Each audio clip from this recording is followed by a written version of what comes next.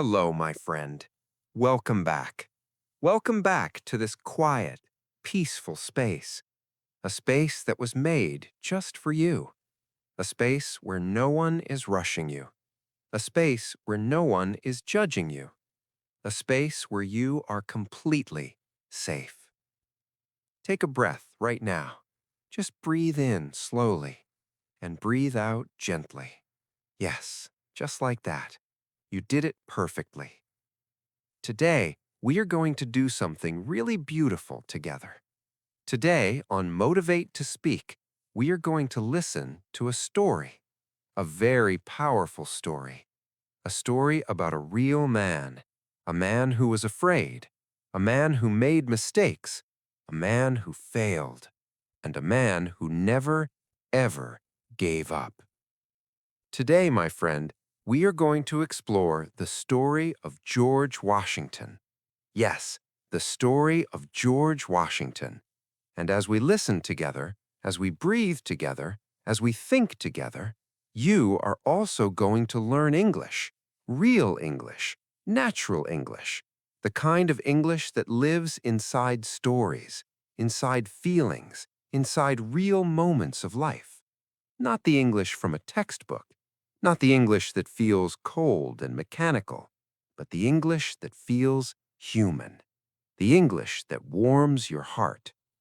So stay with me, my friend. Stay right here. There is nowhere else you need to be, nothing else you need to do. Just listen, just breathe, and just trust the process. You are already doing so well just by being here, just by pressing play today. That already took courage, and I see that. I really do. Before we begin the story, I want to talk to you for a moment. Just for a moment. I want to ask you something very gently. When was the last time you felt truly proud of yourself? Not because you were perfect, not because you got everything right, but just because you tried, because you showed up, because you kept going, even when it was hard. Think about that for a second. You don't have to answer out loud, just feel it. Because George Washington, the man we are going to talk about today, he understood that feeling deeply. He knew what it felt like to try and still fail. He knew what it felt like to lose something important. He knew what it felt like to be scared and to keep moving forward anyway. And that is why his story is still being told today, more than 200 years later. His story still matters. And you know what? Your story matters too. Yes, yours. Your journey with English, your journey with learning, your journey with life. It all matters. So let's begin. Let's take this journey together. Slowly, gently, and with full presence. I want you to think about something before we go any deeper into this lesson. I want you to think about the word slow. In our world today, slow is often seen as a bad thing. People say, hurry up. People say, be faster. People say, you're falling behind. And we start to believe it. We start to feel ashamed of going slowly, ashamed of taking our time, ashamed of needing things to be repeated. But I want to offer you a very different way of seeing slowness. I want you to think about how a tree grows. You cannot see a tree grow. It happens so slowly that if you sit beside a tree all day, it looks the same in the morning as it does in the evening. Nothing seems to change. But underground, deep underground, where no one can see, the roots are spreading. The roots are reaching out, finding water, finding nutrients, finding stability. And then one season, one spring, the tree blossoms, and everyone who sees it says, "Oh, how beautiful! Oh, how strong! Oh, how magnificent!" But no one saw the roots growing.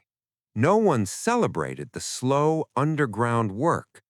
No one knew that this moment of beauty was built over years and years of invisible effort. That is you, my friend. You are growing roots right now, and one day you will blossom, and people will say, "How beautiful!" And you will know that it took time and that the time was worth it. So let's go slowly. Let's go beautifully slowly, together. George Washington was born on February the 22nd in the year 1732. That is a very, very long time ago. Think about it this way. Imagine if you were born before cars existed, before phones existed, before electricity existed. That is the world George Washington was born into, a world of horses and candlelight and quiet forests. He was born in the colony of Virginia. Now, the word colony is an important word. Let me explain it slowly and simply. A colony is a place that is controlled by another, more powerful country. At that time, America was not a free country. America was controlled by England, by the King of England. So the people living in America had to follow the king's rules, even if they did not like the rules, even if the rules felt unfair. They had no choice. That is what it means to live in a colony. Now, George was not born into a very wealthy family. His family had land, they had a farm, but George did not have everything he wanted. He did not have the best education. He did not have many books to read. He did not have a grand university to attend. And yet, from a very young age, George Washington had something money could not buy. He had curiosity. He had discipline. He had a deep, quiet hunger to learn, and that hunger would change the entire world. Now, I want you to breathe with me for a moment. Just pause everything.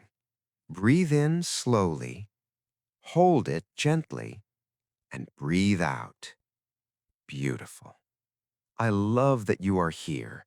I love that you are listening. That is what learning feels like.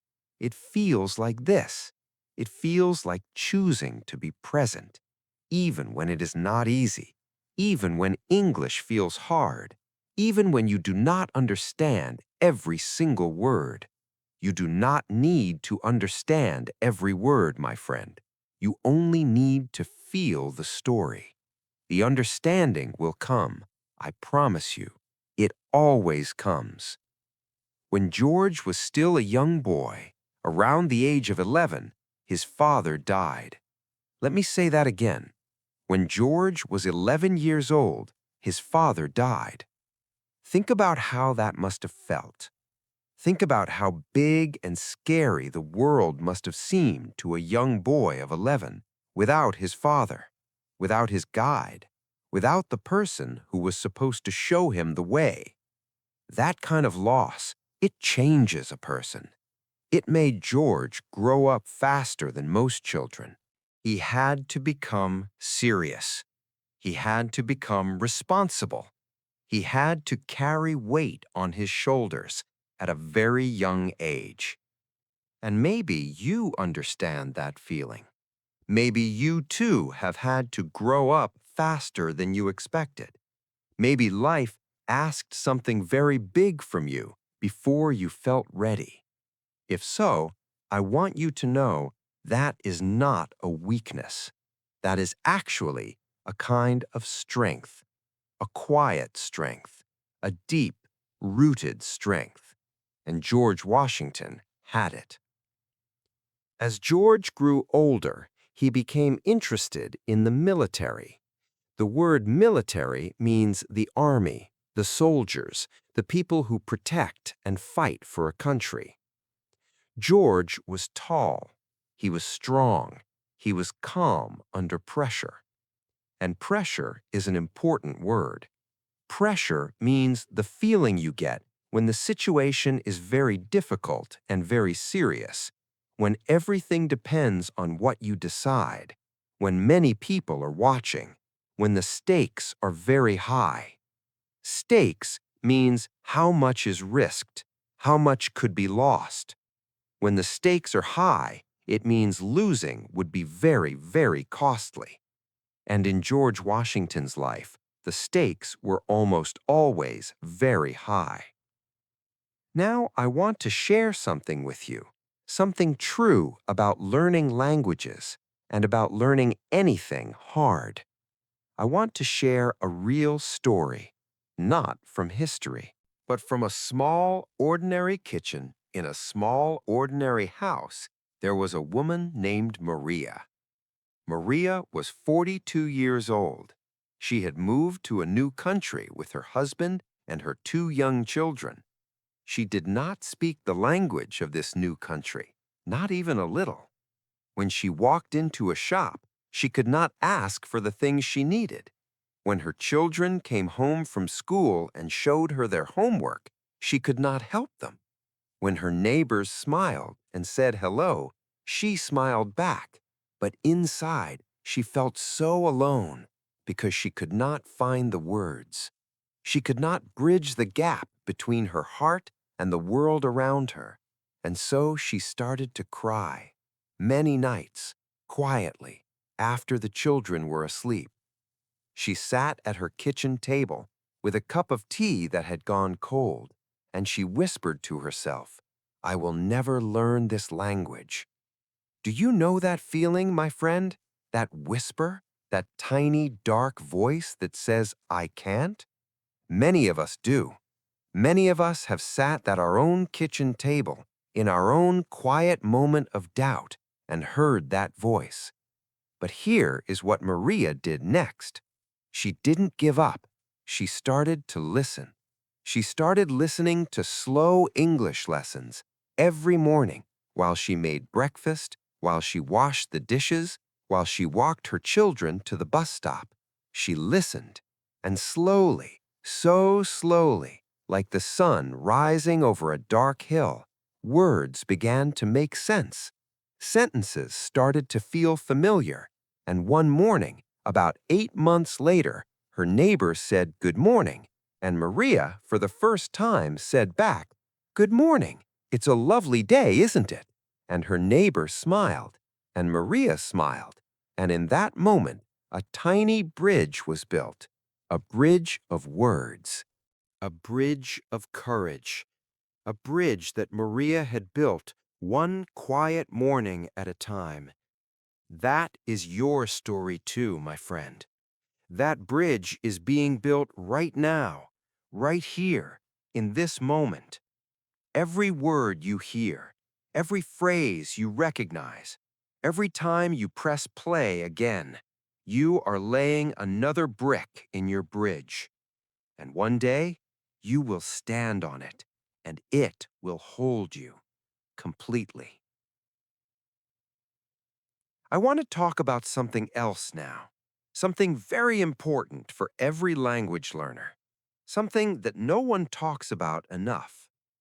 I want to talk about the shame we sometimes feel, the quiet, heavy shame of not being good enough yet. Many of us, when we are learning something new, especially a language, we feel ashamed. We feel embarrassed when we make mistakes. We feel small when we don't understand. We feel like everyone else is better, like everyone else already knows what we are still trying to learn. And that shame, it can be so heavy. It can make you silent when you should speak. It can make you hide when you should try. It can make you close the video before you finish because something inside says, "Why bother?" I want to speak directly to that shame today. I want to look it right in the eye and say, "You are not welcome here," because shame does not help anyone learn. Shame does not make your pronunciation better. Shame does not help you understand faster. Shame only makes you smaller. And you, my friend, were not made to be small. You were made for something much bigger. Think about children. Think about how children learn their first language. Do they feel shame when they say a word wrong? No, they try again, and again, and again. A toddler learning to walk falls down hundreds of times, and every single time they get back up. Not because they are fearless, but because they haven't yet learned to be ashamed of falling. That is the secret of learning, to return to that childlike fearlessness, to fall and get back up, without shame, without judgment, just with curiosity, just with the simple, beautiful desire to try again. George Washington fell many times.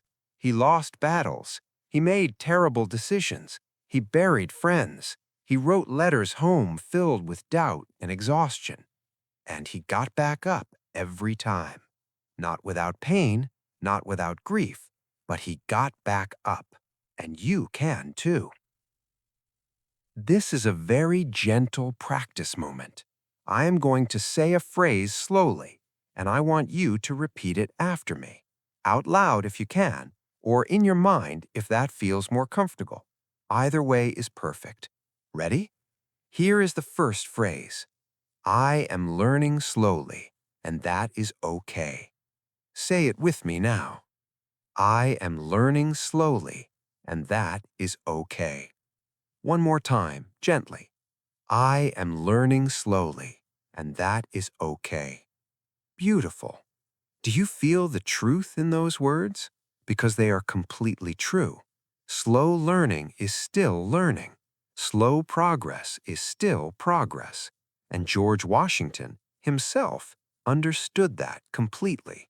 He learned slowly. He made mistakes slowly. He improved slowly.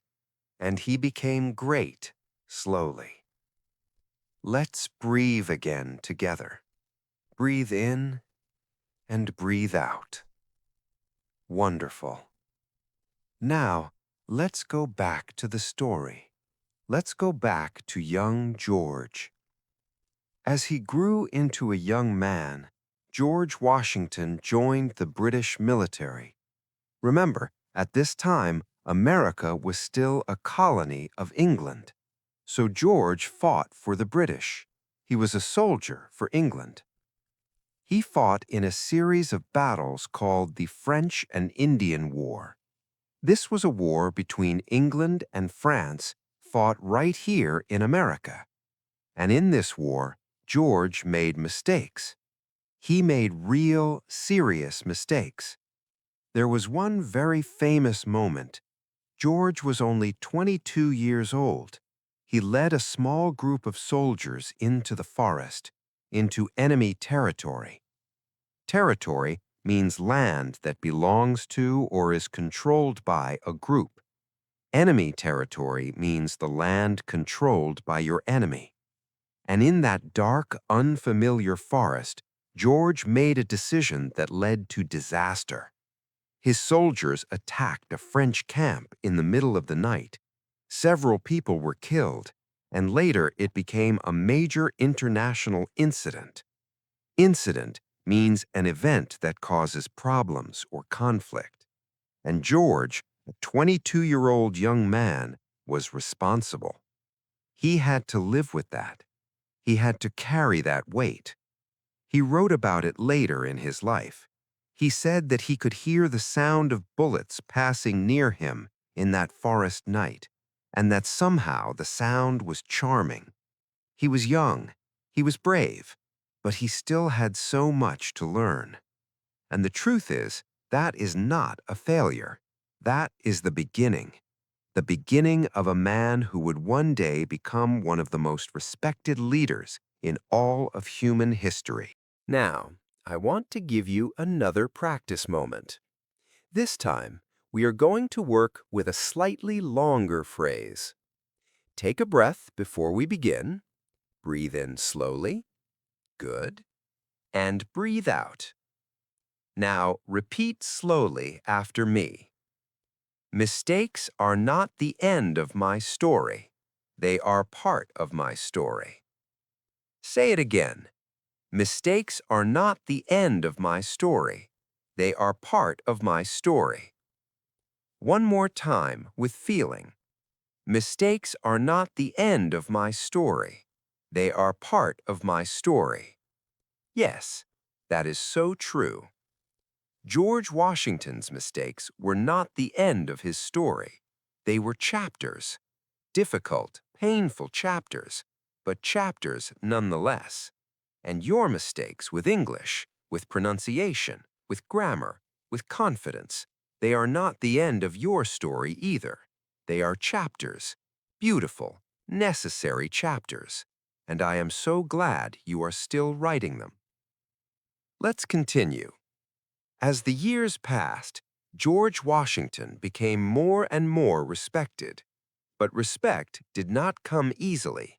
It was earned, one quiet, difficult day at a time. He became known as a man of integrity. That word, integrity, let me explain it beautifully.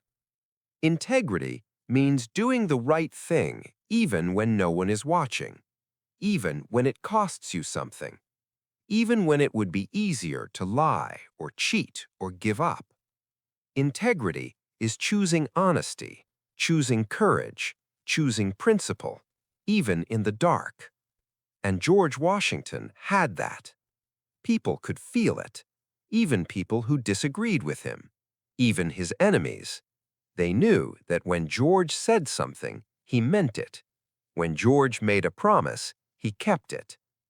That is why when the most important moment of his life arrived, people turned to him. They knew he would not run. They knew he would not hide. They knew he would stand. That moment arrived in the year 1775. The American colonies had had enough. They were done following the King of England's unfair rules. They were done paying taxes that felt unjust. They were done being controlled by a faraway king who did not understand their lives. And so, they decided to do something that had almost never been done before in the history of the world. They decided to fight for their freedom. The American Revolution had begun. Revolution is a powerful word. It means a sudden, dramatic, complete change, a turning over of everything, like the earth turning upside down. The American Revolution was a group of people saying, "We will not be controlled anymore. We will create something new. We will be free."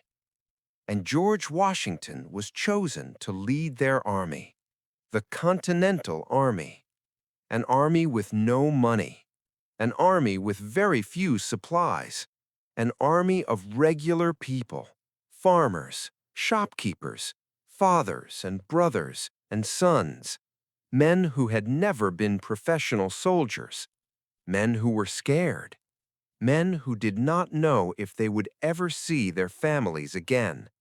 And George Washington was asked to lead all of them into battle against the most powerful military in the entire world, the British Army. Imagine that for a moment. Imagine being asked to lead a group of untrained, underfunded, frightened people against the most powerful force on earth. Would you say yes? George Washington said yes. Not because he was fearless, he was afraid. He knew how hard it would be. He wrote to his wife, Martha, before he left. He told her he did not feel worthy. He told her he was afraid he might not succeed. But he said yes because he believed in something greater than his own fear. He believed in freedom, and that belief carried him forward. Now, let's pause together. I want us to breathe again, because what we just talked about is very heavy, and beautiful things that are heavy need space. They need room to breathe. So let's breathe. Breathe in slowly. Hold it. And let it go. Yes. Good. You are doing so beautifully. I want to tell you about something that happened at Valley Forge that most history books don't mention enough. There was a local farmer named Isaac Potts. He lived near the Valley Forge camp, and one day he went walking through the woods near his farm. He was looking for his horse, or perhaps he was just walking to clear his mind. And as he moved through the quiet, snow-covered trees, he heard something. He heard a voice, a low, steady voice, coming from deeper in the woods. He moved quietly toward the sound, and there, in a small clearing, kneeling in the snow, was George Washington, the general, the commander-in-chief, the man that thousands of soldiers depended on, alone, on his knees, speaking in a quiet, urgent, broken voice, praying. Isaac Potts stood very still. He did not want to interrupt. He could hear Washington's voice, but he could not always make out the words, but he could hear the emotion, the raw, honest, desperate emotion of a man giving everything he had and asking for more strength than he naturally possessed. Later, Isaac Potts told his wife about what he had witnessed, and he said that in that moment he knew the war would be won, because a man who prays like that, who is that honest about his weakness, is a man who truly understands what is at stake and is a man who will not stop. That story, my friend, stayed with me for a long time because it reminds me of something important. Strength is not the absence of weakness. Strength is what you do with your weakness. Strength is bringing your weakness to the light, saying, I am not enough on my own, saying, I need help, saying, I cannot do this by myself, but I will keep trying anyway. That is real strength. And every time you sit down to practice English and you feel like you are not good enough and you practice anyway, that is your Valley Forge moment. That is you on your knees in the snow, still believing, still choosing, still moving forward. The war was long. 8 years. 8 long, brutal, cold, painful years. George Washington and his soldiers faced things that most of us cannot imagine. There was a winter called the Winter of Valley Forge. Valley Forge was a place in Pennsylvania where the Continental Army camped during the winter of 1777 into 1778, and it was devastating. Devastating means something that causes great damage and suffering, something that breaks you. At Valley Forge, there was almost no food. Soldiers went days without eating properly.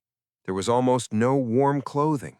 Men wrapped rags around their feet because they had no shoes.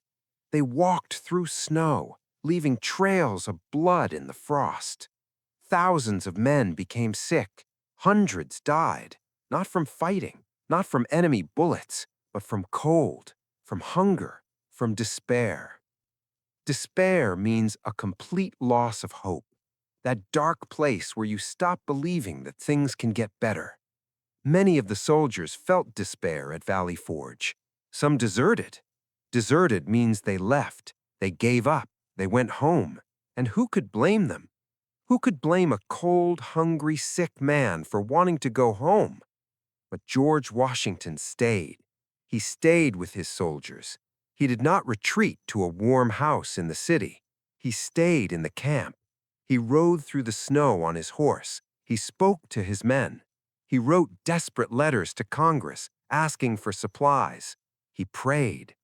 There are accounts, real historical accounts, of soldiers seeing George Washington alone in the woods at Valley Forge, on his knees, in the snow, praying for strength, praying for guidance, praying for his men. That image, powerful man on his knees in the snow, is one of the most human and most moving images in all of American history, because it shows us that great people are not great because they never break. They are great because even when they break, they rise.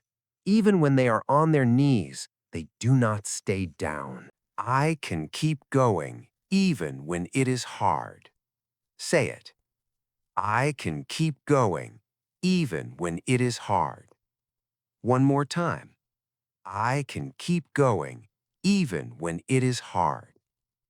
Now, take a breath.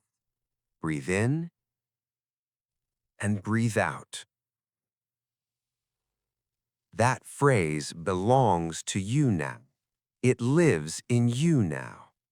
When English feels too hard, when the pronunciation is frustrating, when you watch a video in English and understand almost nothing, when you feel like Valley Forge, cold, exhausted, doubting yourself, remember, I can keep going even when it is hard, because you can. I know you can. George Washington proved that even the darkest winters end. Spring always comes, always.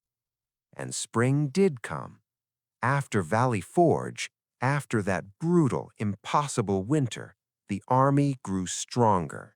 Help arrived from France. A great French general named Lafayette came to support Washington and his soldiers with better training, with supplies, with renewed hope. And slowly, so slowly, the tide of the war began to turn. The tide turned is a beautiful English expression. Imagine the ocean. Imagine the tide coming in and going out. When we say the tide turned in a story or in life, we mean that things started to go in a new direction, that what was losing began to win, that what was dark began to lighten. The tide turned for George Washington, and after 8 long years of sacrifice and struggle, the British surrendered. Surrendered means they gave up, they stopped fighting, they accepted defeat. On October 19, 1781, the British General Cornwallis surrendered to General George Washington at a place called Yorktown in Virginia, and America was free. After all the cold nights. And he repeated the words he heard, quietly, under his breath, so his parents would not hear him, because he felt a little embarrassed, embarrassed to be practicing, embarrassed to be trying, the way we sometimes feel embarrassed about our own growth, like we should already be there, like we should already be good. But he kept going, 15 minutes every night, for 1 year. And then, one day at school, his teacher asked the class a question, a difficult question, about history, and the classroom went quiet. No one raised their hand, and David, slowly, quietly, raised his, and he gave the answer, in English, in full, complete, clear English. And the teacher smiled and said, "That is exactly right, David. Well done." And the class turned to look at him, not with laughter, with something else, something like respect. And David felt it. He felt the glass break. He felt himself step through, into the room, into the warmth, into belonging. One answer, given after 1 year of 15 quiet minutes every night. That is what consistency does. That is what your 15 minutes do. Every time you press play on a slow English video, every time you repeat a phrase, every time you choose to keep going, you are building toward your moment of walking through the glass, and it will come. Let's practice again. This time, repeat this phrase after me, slowly. Every day I listen, I become a little stronger. Say it. Every day I listen, I become a little stronger. One more time with a breath between. Every day I listen, I become a little stronger. Beautiful. Now say this one. I am not behind. I am on my way. Say it gently. I am not behind. I am on my way. Again, I am not behind. I am on my way. Yes, you are on your way, my friend. You have always been on your way.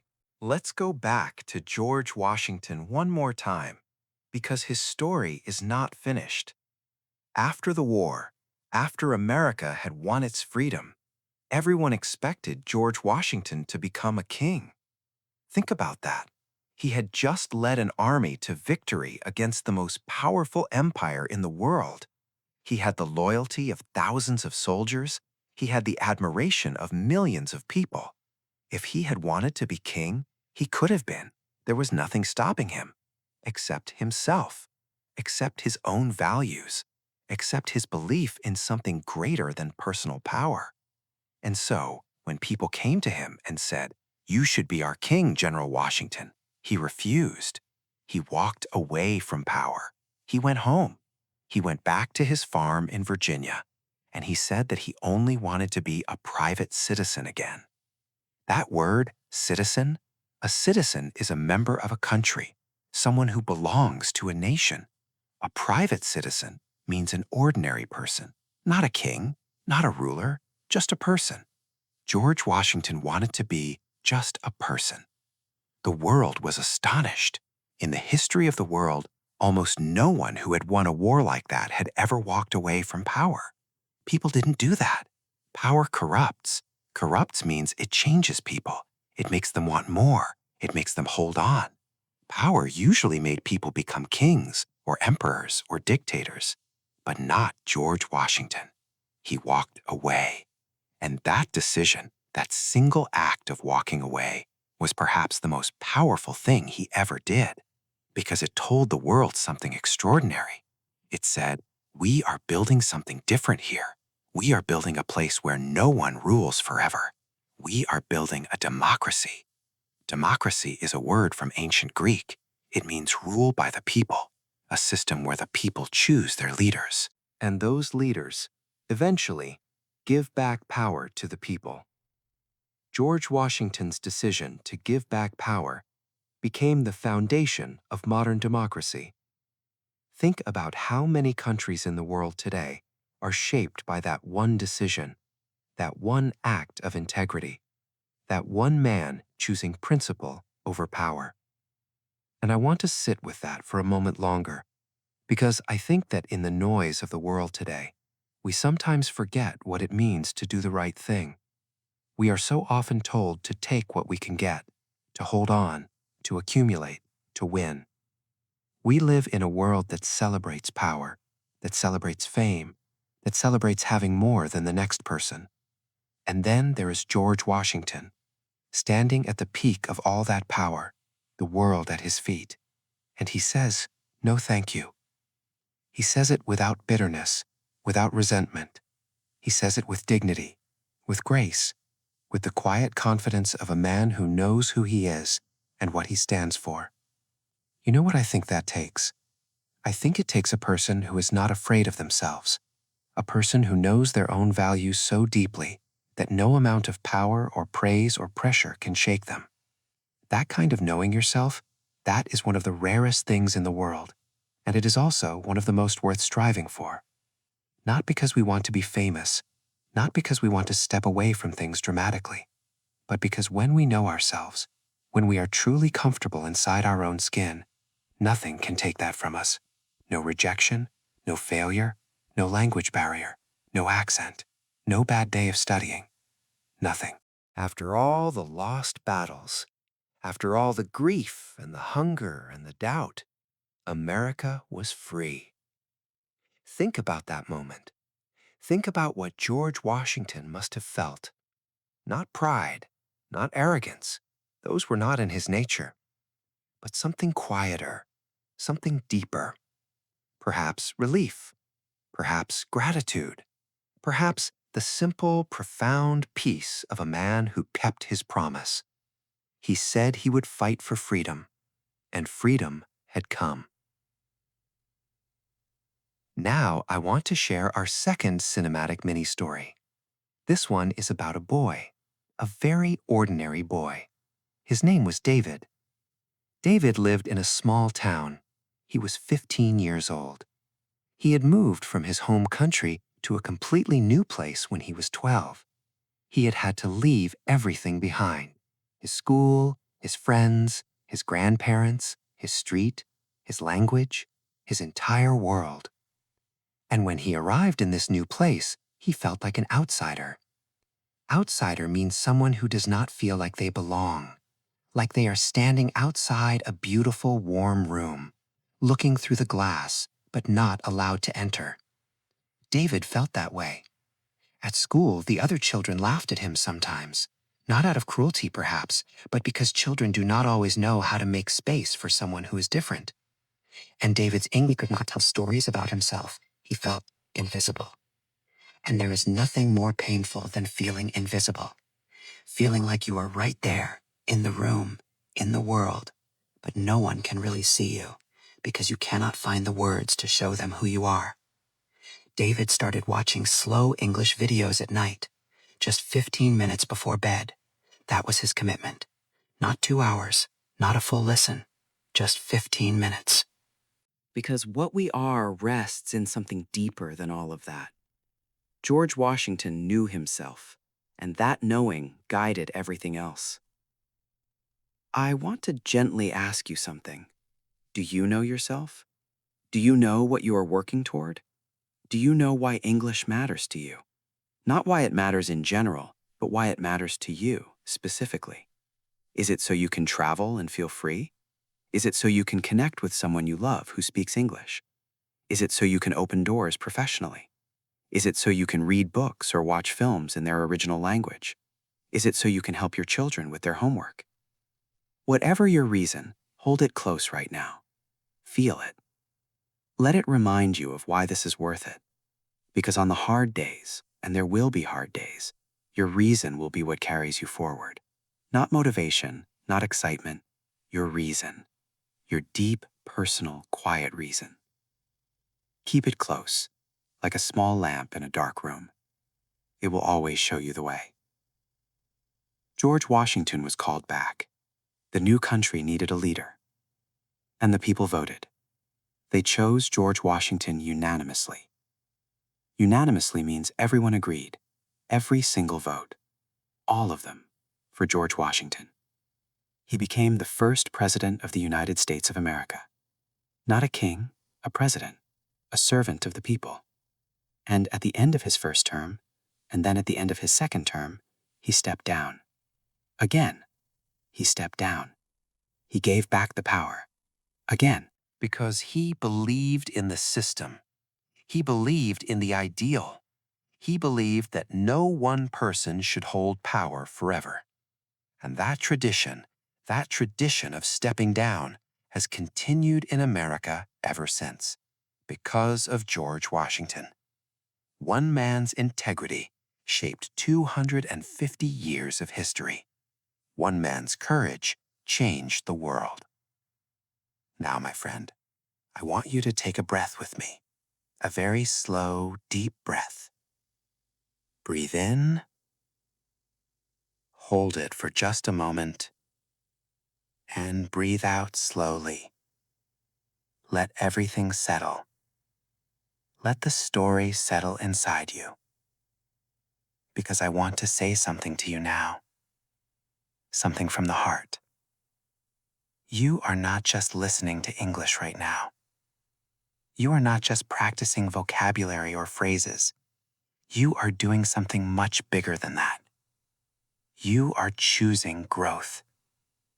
Every single time you come back to this channel, every single time you press play on a slow English video, every single time you whisper a phrase back to yourself in the dark, you are choosing to grow.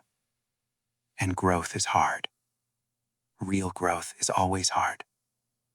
George Washington knew that. Maria at her kitchen table knew that. Young David raising his hand in that classroom knew that. And you know that too. If tomorrow you woke up and you were suddenly perfectly fluent in English, what would you miss? You would miss the morning when a new word finally clicked into place.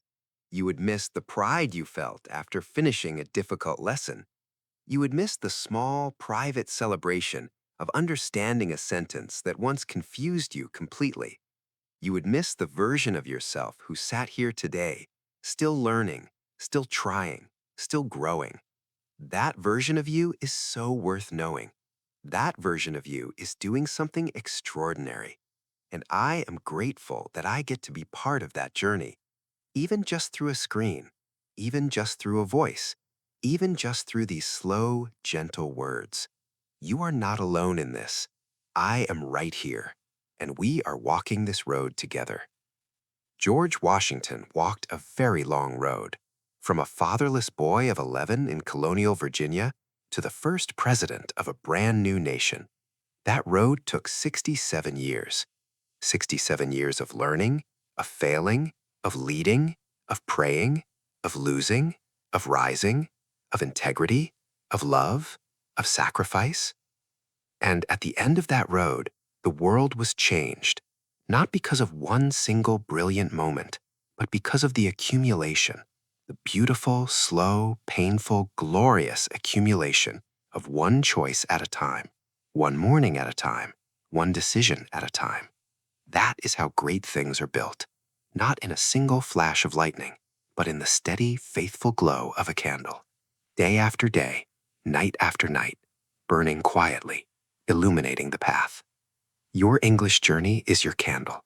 Keep it burning, even when the wind blows, even when the flame flickers. Shield it with your hands if you have to, but keep it burning. You have always known it. Let's do our fourth practice together. Breathe in first. Good. Now repeat after me, slowly and with confidence. I choose to grow even when it is uncomfortable. Say it. I choose to grow even when it is uncomfortable. Now this one. My English is growing stronger every single day. Say it slowly. My English is growing stronger every single day. One more time, and feel it this time. My English is growing stronger every single day. Yes, that is a true statement. That is not a wish. That is a fact. Because you are here. And being here means you are learning. Every moment, every word, every breath. You are growing. I want to take a moment to talk about something that I think about a lot. Something that I feel is very important for anyone on a learning journey. I want to talk about the difference between a destination and a journey. We live in a world obsessed with destinations. We want to arrive. We want to be fluent. We want to speak perfectly. We want to be done. And destinations are beautiful things. They give us something to aim for. They give us direction. But here is what I have come to believe with my whole heart.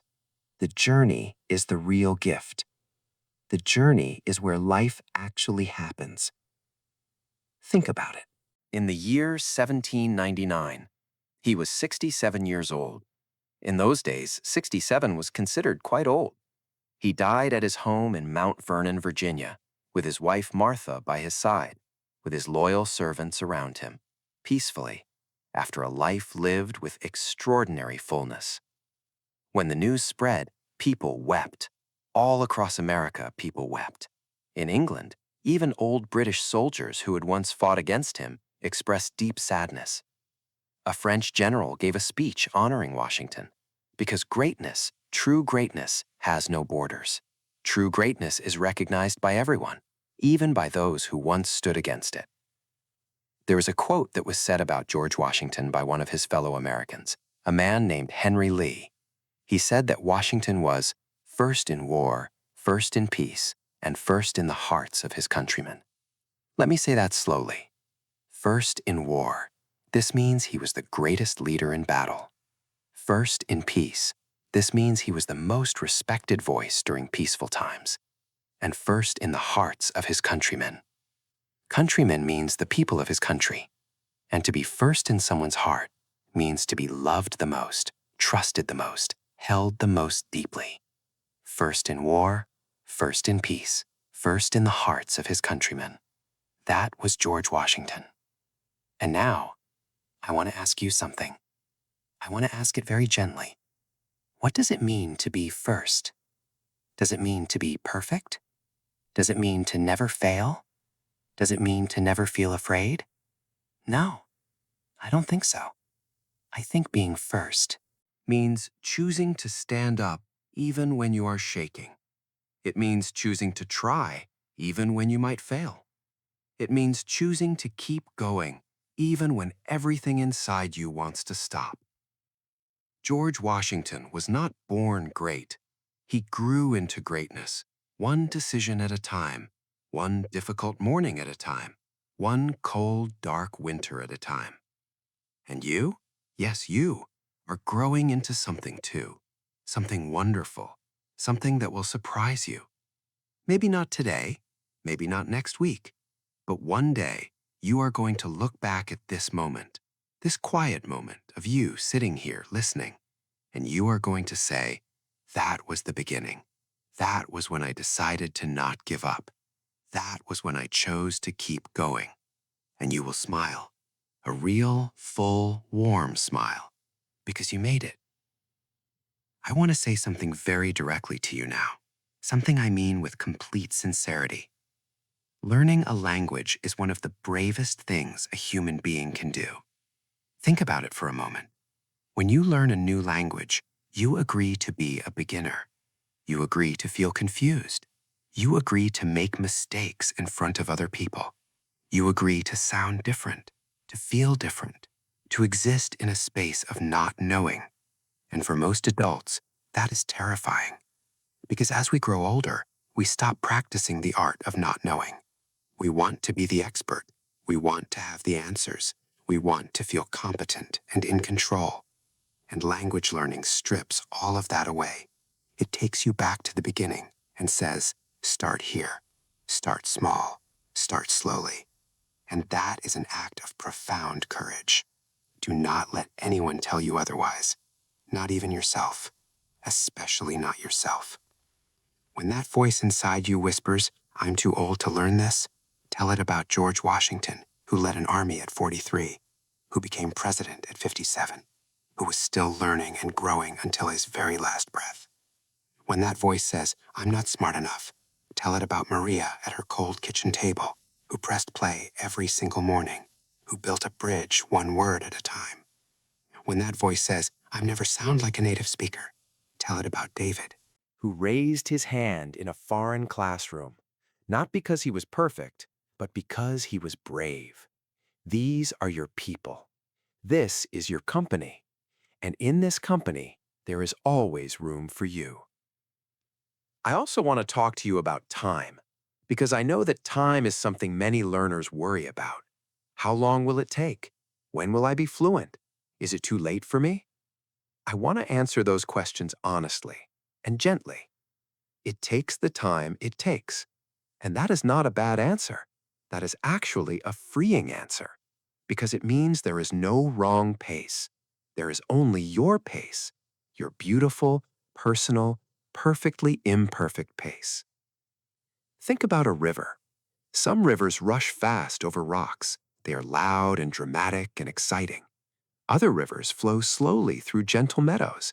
They are quiet and deep and reflective. Both rivers reach the sea.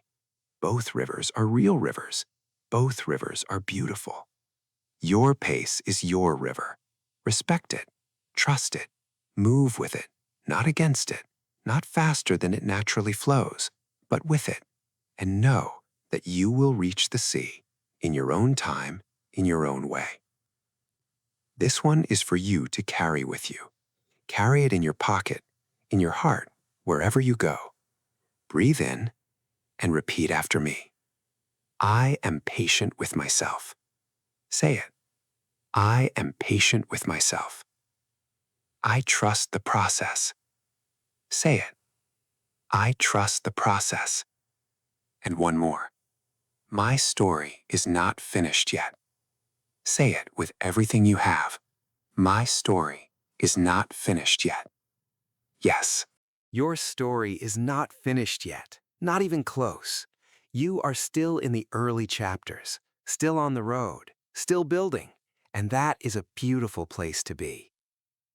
Before I close this lesson, I want to invite you to do something very simple. If this lesson touched you in some way, if these words made you feel something real, if the story of George Washington gave you even a small spark of courage, please share it with someone who is also learning English, someone who is also on a difficult road, someone who also needs a gentle reminder that they are not alone. Because that is what this channel is for. Not just learning English, but building community, building a family of people who encourage each other, who lift each other, who remind each other that the journey is worth it. And if you would like to see more slow, cinematic English lessons like this one, please like this video. That one small tap tells me that this kind of lesson is helping you, and it helps more people like you find this channel. Please subscribe if you haven't already, so that every time a new lesson arrives, it arrives for you. Right there in your feed, like a gentle knock on the door, a quiet friend saying, "Are you ready to listen again?" And leave a comment below. Tell me, what part of George Washington's story moved you the most? Was it Valley Forge? Was it when he walked away from power? Was it the soldiers with no shoes in the snow? Was it the image of him on his knees, praying? Tell me. I read every single comment, every single one, because you matter to me. You really do. And now, as we come to the end of this lesson, I want to just sit with you for one more moment. Just breathe together. Breathe in slowly. Hold it. Every time you told yourself you were not good enough, let it go. You are exactly where you need to be. You are doing exactly what you need to do. And this slow, gentle, cinematic moment of learning, this is enough. You are enough. Thank you for being here today, my friend. Thank you for trusting this space. Thank you for giving your time and your attention and your heart to this lesson. You carry something with you now, a story, a few brave phrases, a little more warmth, a little more belief. And that is not nothing. That is everything. Take care of yourself. Be patient with yourself. Talk to yourself like a gentle friend, the way I hope these words have spoken to you today. And I will be right here every time you need a slow, calm, safe place to come back to. Every time you need to hear that you are doing okay, because you are. You really, truly are.